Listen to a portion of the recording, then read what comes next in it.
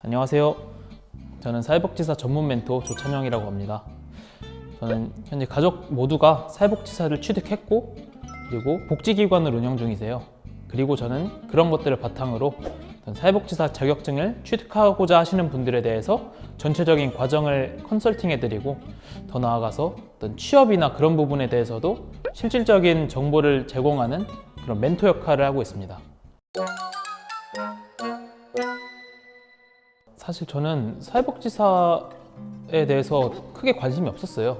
근데 아무래도 부모님이 사회복지사시고 기관을 운영 중이시다 보니까 저한테 이제 권유를 계속 하셨어요. 사회복지사 전망 되게 좋다. 나중에 같이 일했으면 좋겠다 라고 계속 말씀하셔서 부모님의 권유로 좀 시작하게 된 것 같습니다. 네, 네 분 다 학점은행제를 통해서 취득을 하셨어요. 일단 아버지가 먼저 이제 기관을 설립해야 되니까 가장 먼저 취득하셨고, 그 다음에 어머니 취득하시고, 그리고 형이랑 제가 이제 같이 비슷한 시기에 취득을 하게 됐습니다.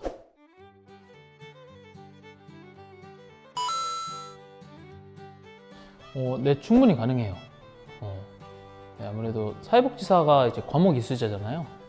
그래서 과목만 이수하고 그리고 학위만 보유하고 있으면 자격증이 발급이 가능한데, 그래서 저는 2학년 때 시작했어요. 2학년 때부터 모든 과목들을 다 이수해 놓고 이제 졸업하고 바로 이제 신청을 해서 자격증을 발급받았습니다. 네, 미리 다 이수해 놓고 학위만 나중에 취득하는 방식으로 땄어요. 네, 힘든 점은 딱히 없었던 것 같아요. 사실 이런 문의가 되게 많이 들어오거든요. 그러니까 이제 아무래도 좀 어느 정도 연세가 있으신 분들이 어떤 육아랑 병행하거나 아니면은 직장을 다니시면서 사회복지사 자격증을 취득을 해야 되는데 이런 부분이 굉장히 부담이 많이 느끼세요. 저도 시작하기 전에 되게 걱정을 많이 했었는데 사실 막상 시작하시고 나시면 이것만 하면 된다고? 약간 이런 생각이 드실 거예요. 특히 저희 어머니 같은 경우는 그때 교회 전도사 일도 하고 계시고 카프라 강사 일도 같이 이제 약간 투잡을 뛰셨어요. 투잡 뛰시면서도 사회복지사 자격증을 취득하셨거든요. 그래도 저 물어봤어요. 안 힘들었냐? 근데 크게 힘든 거를 느끼지 못하셨다고 말씀하셨거든요. 그래서 그런 부분에 있어서도 충분히 가능하고 어려움은 없다라고 좀 말씀을 드리고 싶어요. 이거 한 가지 있어요. 이제 진행을 하다 보면 어느 정도 좀 소홀해져요. 좀 긴장도 풀리고. 그러다가 제가 기말고사 기간에 미루다 마지막 날에 이제 벼락치기로 7과목을 다 시험 본 적이 있거든요. 그래서 한 대여섯 시간 동안 컴퓨터 앞에 앉아서 아주 낑낑대면서 겨우겨우 이제 마무리했던 적이 있는데 좀 긴장이 풀려가지고 스케줄 관리를 못하는 경우가 종종 있어요. 이런 부분만 이제 미루지 않고 잘 챙겨주시면 과정 진행하는 데 있어서는 크게 어려움은 없어요.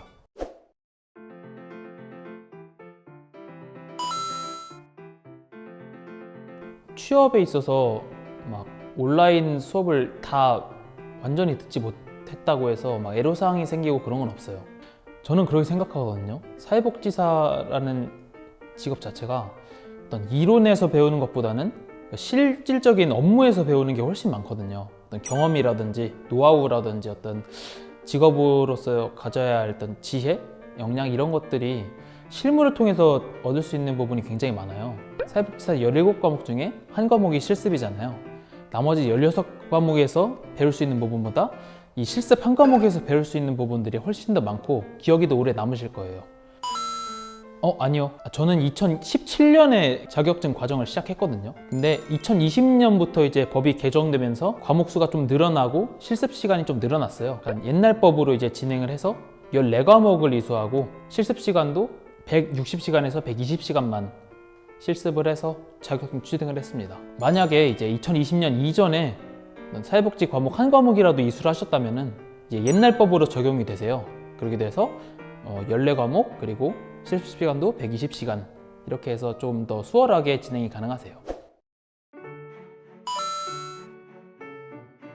일단 저희 부모님이 사회복지사시고 사회복지 기관을 운영 중이시잖아요. 그래서 아무래도 그런 사회복지사 분야에 대해서 실질적인 정보들을 제공해 드릴 수 있는 그런 메리트가 있고, 그리고 저는 사회복지 과정을 직접 밟은 그런 경험자잖아요. 사회복지사 자격증 따고 취업을 단기간이나마 좀 준비했던 적이 있어요. 그런 부분에 있어서까지도 어떤 팁이나 어떤 그런 것들을 많이 제공해 드릴 수 있다고 생각합니다.